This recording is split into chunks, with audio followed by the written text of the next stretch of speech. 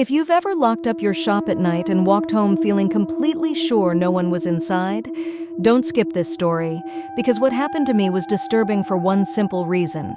I wasn't there. And yet, my shop kept operating. I used to run a small convenience shop in a quiet town in the UK. Nothing unusual.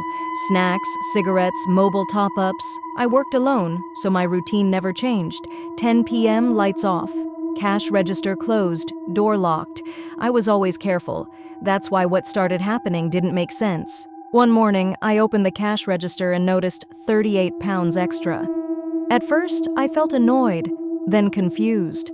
I always counted the money properly. I checked the receipt history. The last transaction was stamped 10:47 p.m. My shop was already closed.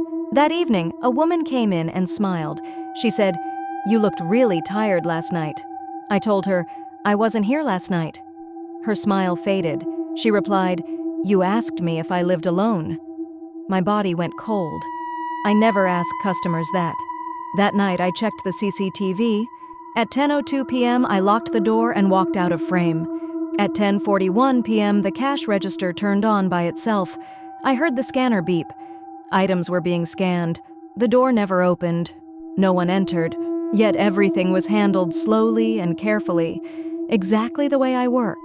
Over the next few days, more customers mentioned conversations.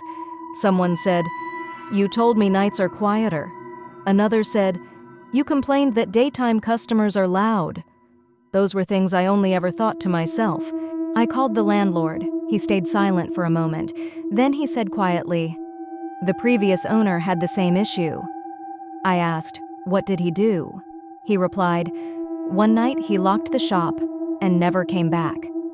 The police report only said, "Owner disappeared. Shop was found open." That night, I closed the shop but didn't go home. I hid behind the shelves, sitting in the dark. 10:39 p.m. The lights turned on. The cash register opened. I heard footsteps. Slow, tired, exactly like mine. Then a voice spoke right next to me. It said, "You get tired every night. Let me take care of it now." I didn't move. I didn't breathe. The next morning, the shop was open.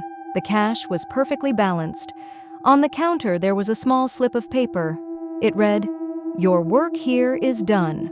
I never went back, but people still say the shop opens at night, and the person behind the counter always looks very tired.